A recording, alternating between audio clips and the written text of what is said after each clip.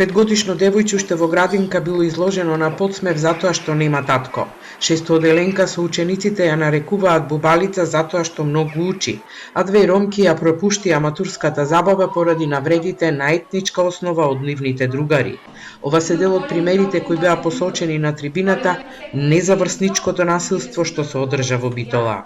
Секој не може да се спротистави сам против ова насилство и многу ми е жал што поради вакви настани не одат на училиште учениците, меѓутоа тука е да ги охрабриме сите и да им кажеме на децата дека не се сами, затоа што тие велат обично дека остануваат сами, не добиваат поддршка од наставниците, ги игнорираат и велат ај ова не е ништо, меѓутоа не е така.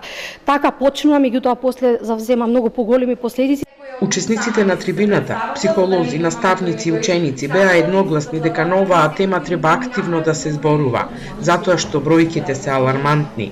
Истражувањата покажуваат дека дури 42% од децата во Македонија се соочуваат со врсничко насилство, а во последните години меѓу младите во пораст е сајбер насилството кое трае 24 часа. За разлика од претходно кога врсничкото насилство можеби беше најактивно во училишните клупи, заземаше физички облик, значи се јавуваше во облик на физичко, можеби и психичко насилство.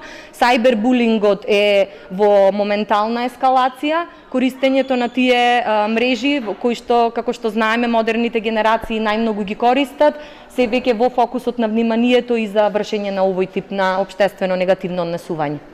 Психолозите велат дека проблемот е повеќе слоен, има многу причини што овој социопсихолошки феномен добива загрижувачки размери.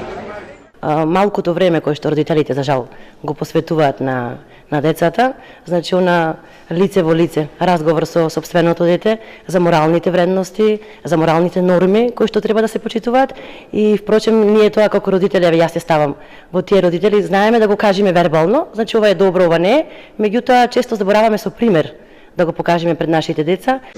На трибината која ја организираше правниот факултет во Битола и Ротари клубот Пелистер по повод светскиот ден за превенција од насилство врз децата, учесниците дебатираа и за последиците, но и за механизмите со кои децата можат да се справат со врсничкото насилство.